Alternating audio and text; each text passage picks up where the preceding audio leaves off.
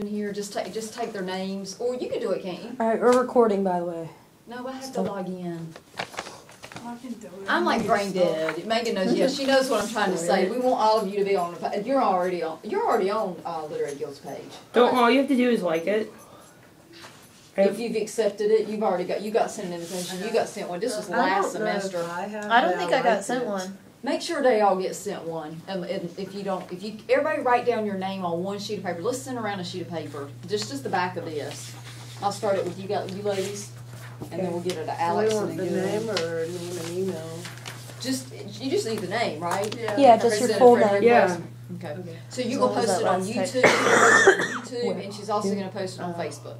And everybody's cool with that? Mm-hmm. Okay. I mean, it's okay if you're not cool with that. We can work around it, right? And it's not going to be the most eventful video, but... Yeah. No entertainment at this one. Maybe in the future. But we've got 3, well, I say 4 new folks, but they're not new to me because I know them already, but some of you may not.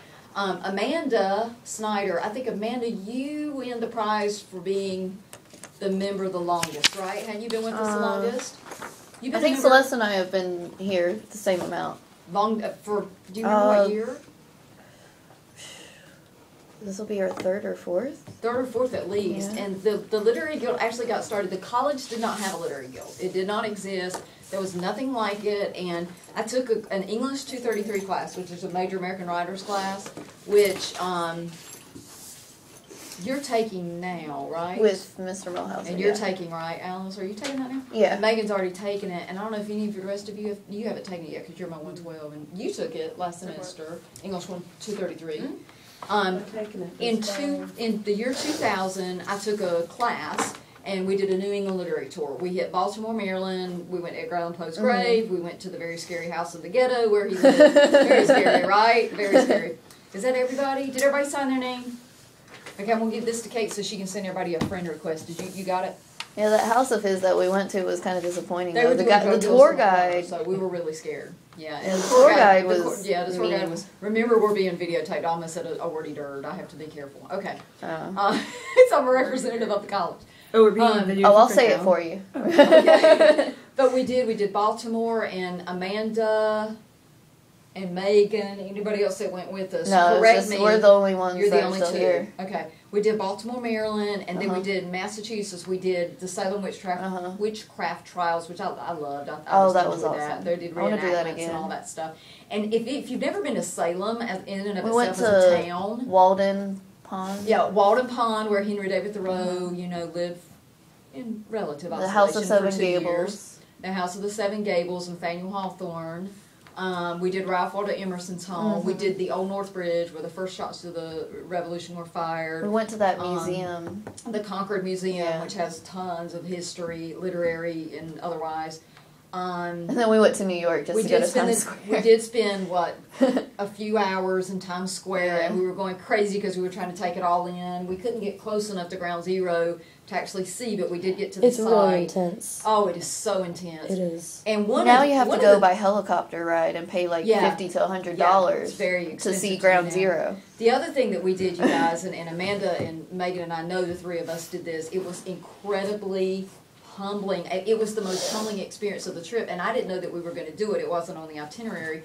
We went to Boston, and we ate at Hard Rock Cafe, and I thought, okay, this is just going to be just a fun kind of little side step on the trip. And we ended up being able to visit the Holocaust Walk. And there are these glass columns. It was amazing. With all the names, when it was the numbers. It was the numbers of the victims etched in the glass, and the columns were as tall as you could see. I mean, you couldn't see the top of them. I was upset that we couldn't get any clear photographs, though, because they had that mist coming up. Yeah, and you stood on grates when you would step inside one of the glass columns, and the steam would just come out of the grate. Almost like one of the... It was such a surreal experience. I mean, it was just...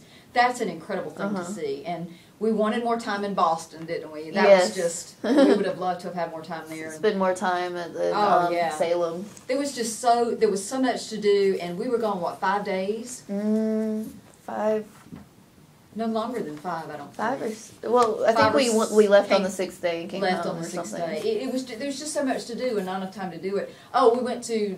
I know Alex and some even females don't really care about this book, but Little Women, that wrote Little Women. Yes, Louisa May Alcott's that's actually a right. We really went cool to person. their place. Yeah, her bedroom, they let you go in her bedroom. She drew all over her walls. She was like incredible artist too, and they have like plexiglass on top of some of the, you remember some of the etchings? Yeah. To protect it. That She was good. That was really cool. And we went to Sleepy Hollow Cemetery. That's right. That was so much fun because all the great American writers are buried there, and the cemetery is such an awesome photo opportunity. I have a picture of Amanda sitting on a tree stump. It's such a cool photo. I really liked at the Louisa May Alcott that older gentleman. He was funny. Yeah, I remember he was a sweet old man. he was a little naive, I think, of some of our behaviors. But we did okay.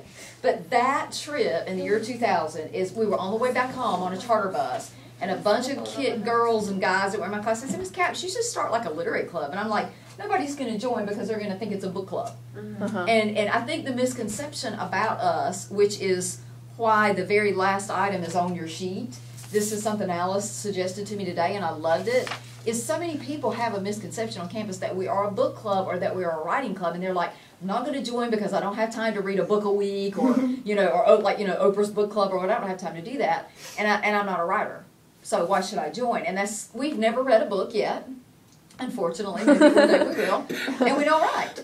We have, however, look up at the top. I just put these up here just so I can get you psyched up a little bit.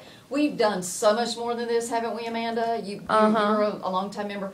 But the biggest things I think we've done that have got like statewide attention and beyond, the Renaissance Festival that we called a Shakespeare Festival in 2003. We had over 2,000 people come from the community. That was huge. We can do that again, but we decided not to call it a Shakespeare Festival because we want more freedom. We want to do Renaissance. We've done, and this is to the hurting of my heart, only 2 student literary publications. Those are really important because, you know, you can say you're published when you leave here if you have a copyright on your work and you have an ISBN. But as Amanda knows, and Megan and Yelena and Pilar have heard this because of being in the guild last year, the problem with the publication, that's one of the most expensive projects that we do. It's hard to get enough money for it. And Alex Locke so graciously agreed to help us incorporate student art and photography and taking pictures of pottery, Alice, and putting it in it. But to do that, the cost is so astronomical that we had to back our first publication had photos and artwork and things in it, but we had to back off of it with the second one. And I have copies of those in my office if any of you ever want to look at them if you've never seen them. The second one was just text. It was just poems and essays and short stories, because incorporating the art without John Burr being able to help us now, because you guys, I don't know if you know this, but he has, 4 kids. They're all homeschooled. He's the head of a department. He can't and he has a newborn. One of them he just had. Yeah, he can't do it anymore. So, but I'm going to be helping a lot. Yeah, Alice is a huge asset for us, coming from art department, and you're over there a lot now too. And just having those connections, I think that's something that. But we have to decide, and it's your club, so I want you to decide how we spend the money. But the president of the college, I don't want to say he's putting pressure on me, but he and the dean, my dean, and my immediate supervisor are like, they are solely focused on what can we do that's going to make our club look good, our school look good, in the community and the state. And there's nothing wrong with that. These things that we've done in the past have made us look good. The third one, Breastfest, is embarrassing to some people, but we do it. It's used to be for Susan G. Cunningham. You've already heard all this stuff. But now we can change this. Alice, Kate, Alex, Susan. Now that we got new members, we voted a couple of years ago to change it to Kay Yao Foundation, since she's close to home. But we can split the money, and gosh, these ladies and Megan and Amanda, I mean, such great ideas for a Breastfest this time. The original idea was to just simply sell baked goods, and all of them had to be in the shape of boobs. We did white boobs and black boobs and brown boobs and saggy boobs. I know Alex is like, please spare me, but that was the appeal. But all of these folks came up with ideas last semester, I believe. One of the funnest things is making Jell-O. Oh, yeah, pretty cool. And we had a guy, actually he used to be our president, Brian used to be our president. He went to, what was it, Adam and Eve? Yeah. And he got molds for breasts, and he did the chocolate ones. Yeah, she has those. Yeah. Okay. Dude, the easiest thing to do is use a wine glass. Yeah, that is a great idea. Yeah, I accidentally did it one time. Oh, you accidentally did. And I was making Jello molds for a party, and I was like, well, that'd be neat because I thought it was just round.